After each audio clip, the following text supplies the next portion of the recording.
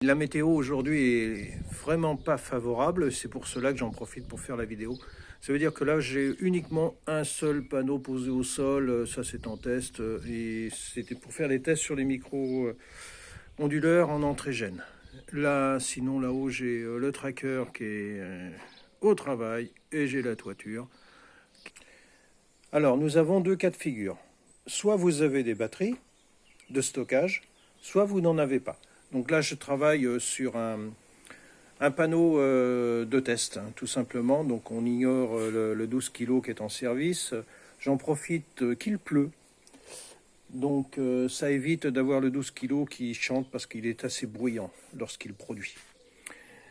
Alors j'ai donc une batterie de stockage, j'ai un 5 kg, j'ai un tableau de répartition avec une entrée grid qui est ici, une sortie gêne et la ligne load.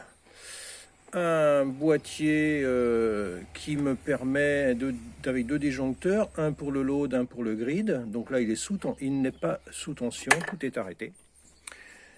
Et j'ai donc une batterie double 5 kg. Donc nous allons commencer par une mise en route avec batterie. Donc on commence par allumer les BMS. Sinon, il ne verra pas de liaison. Ensuite, j'allume les sectionneurs. Les disjoncteurs, c'est des 125 ampères sur les deux batteries. Je passe par un sectionneur général qui est là. Voilà, je mets la tension sur l'onduleur. Il lui faut à peu près une dizaine de secondes dès lors que nous avons appuyé sur le bouton on-off pour que l'affichage de l'écran se mette en service. Voilà. Donc là, nous sommes en présence d'un onduleur qui est sous tension par batterie, qui n'a pas de réseau et qui est alimenté, qui est en service par la diode, mais pas en actif.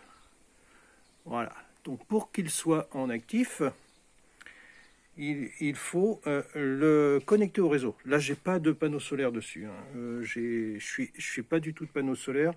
Par contre, j'ai quelques panneaux qui sont... j'ai un seul panneau qui est sur la ligne Micro Inventor, qui est là et qui n'est pas sous tension puisque j'ai pas le réseau.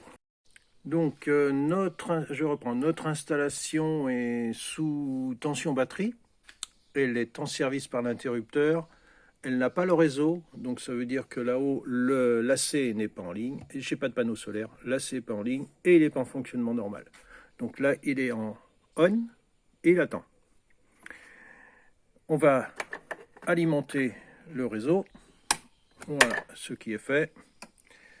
Preuve en est, j'ai bien de la tension sur la ligne grid.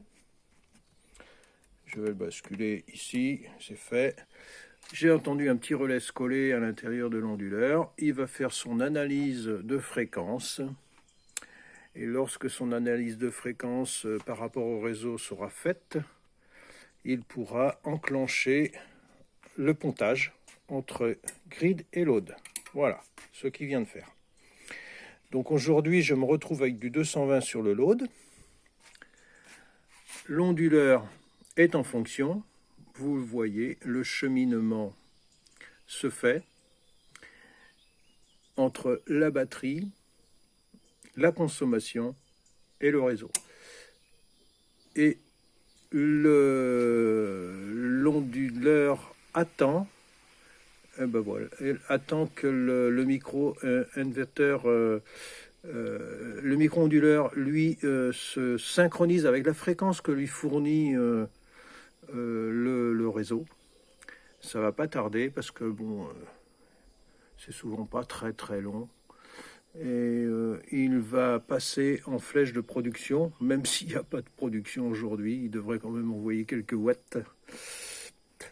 Et donc la mise en route, on la rappelle, on commence la mise en route des batteries, l'interrupteur, on attend que ça s'allume, on met le réseau, on attend que tout se positionne, et la liaison grid load se fait, les batteries travaillent. S'il y avait des panneaux, ça travaillerait. Et là, vous voyez, le micro-onduleur commence tout doucement à produire ses 17 watts sous la flotte. Voilà.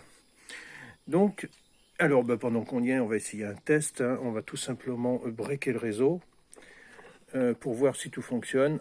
Là, vous avez vu, j'ai le réseau et le load en service. Je vais couper le sectionnaire. Voilà, mon réseau est tombé. Vous avez un petit flash là. Je vous ai expliqué ce que c'est. C'est une bascule phase neutre. Le petit relais terre qui est là-haut a fait son travail. Il a rétabli le pontage. Autrement, j'aurais un défaut là. Il a rétabli le pontage entre terre neutre. Et on se retrouve avec un 220 volts qui est équilibré phase neutre. Donc là, on est en secours, tout simplement. Tout fonctionne. Et le micro-onduleur également continue son boulot. Vous voyez, il produit bien. S'il y avait beaucoup de production et pas de consommation, il chargerait la batterie.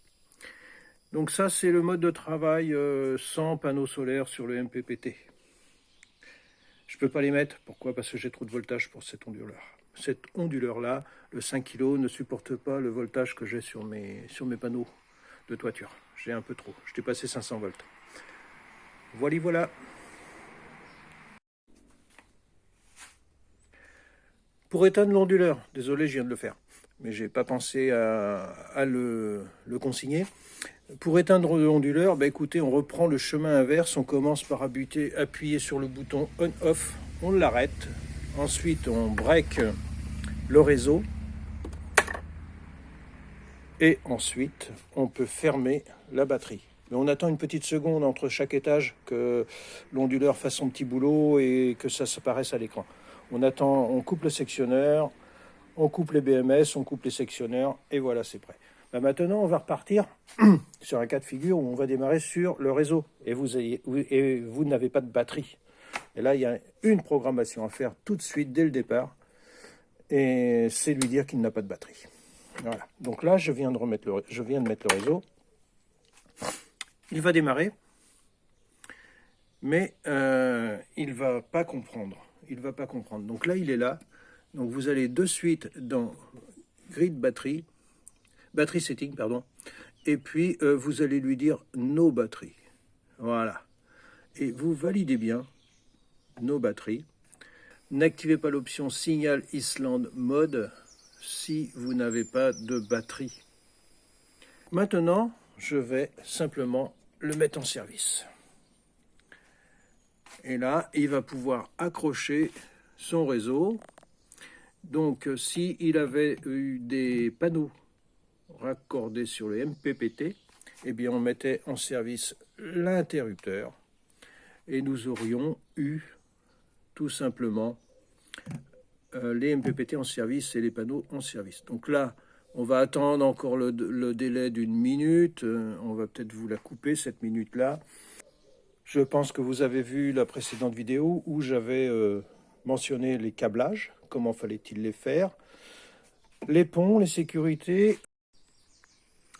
Lors d'un démarrage, il se peut que le temps d'attente soit long. Ne vous inquiétez pas, c'est normal. Vous pouvez vous retrouver avec une alimentation assez en service, le réseau enclenché, et il va falloir une bonne minute pour qu'il initialise sur le réseau. Donc ne vous dites pas que l'appareil est en panne, patientez votre minute gentiment. Ça peut être long, ça peut vous sembler long, mais normalement ça vient, vous inquiétez pas.